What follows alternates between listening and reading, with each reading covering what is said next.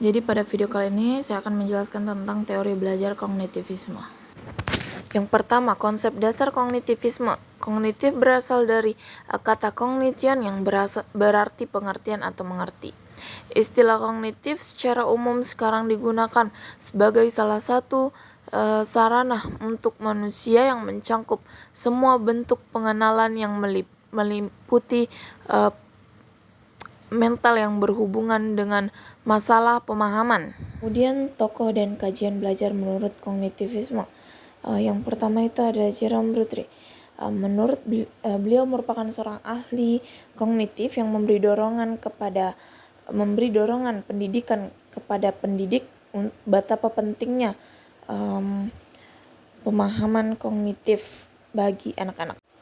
Kemudian David P. Subel. Ada dua jenis belajar, yakni belajar bermakna dan belajar membaca.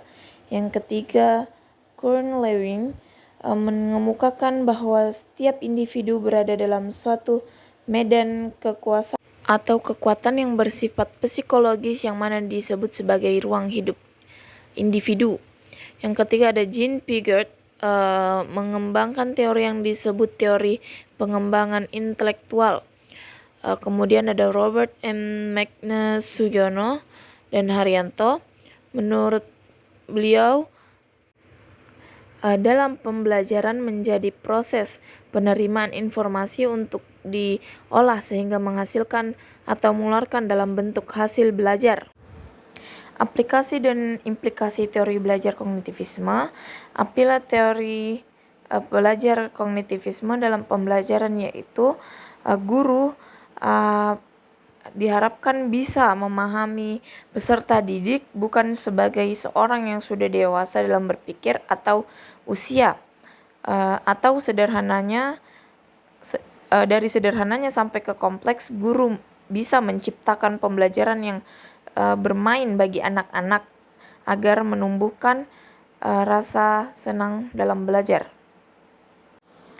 Kelebihan dan kekurangan teori belajar kognitivisme. Teori belajar kognitivisme lebih dekat kepada psikologi daripada teori belajar sehingga aplikasinya dalam proses pembelajaran mengajar tidaklah mudah. Selain itu, mereka harus dipraktekkan secara murni sebab seringkali tidak memungkinkan memahami struktur kognitif. Baik, sekian dari saya. Terima kasih. Mohon maaf bila ada kesalahan.